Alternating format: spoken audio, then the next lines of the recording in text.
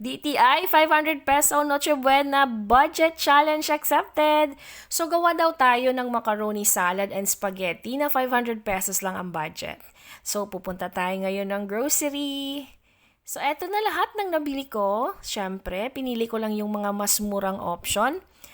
Nag-add na rin ako ng tinapay kasi meron pa namang natira sa budget natin. So, sa spaghetti, syempre, wag tayong masyadong mag-expect. So, eto lang yung mga ingredients na nakayanan ng budget natin.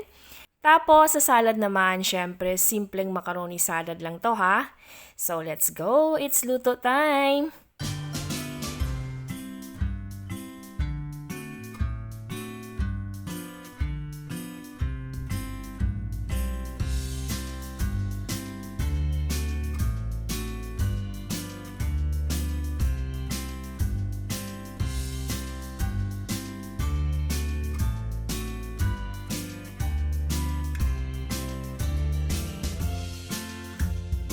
Ayan, eto na ang ating simpleng macaroni salad and spaghetti sa 500 pesos natin na budget.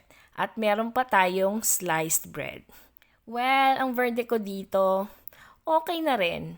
Pero syempre, gaya ng sinasabi ko, huwag tayong mag-expect sa lasa.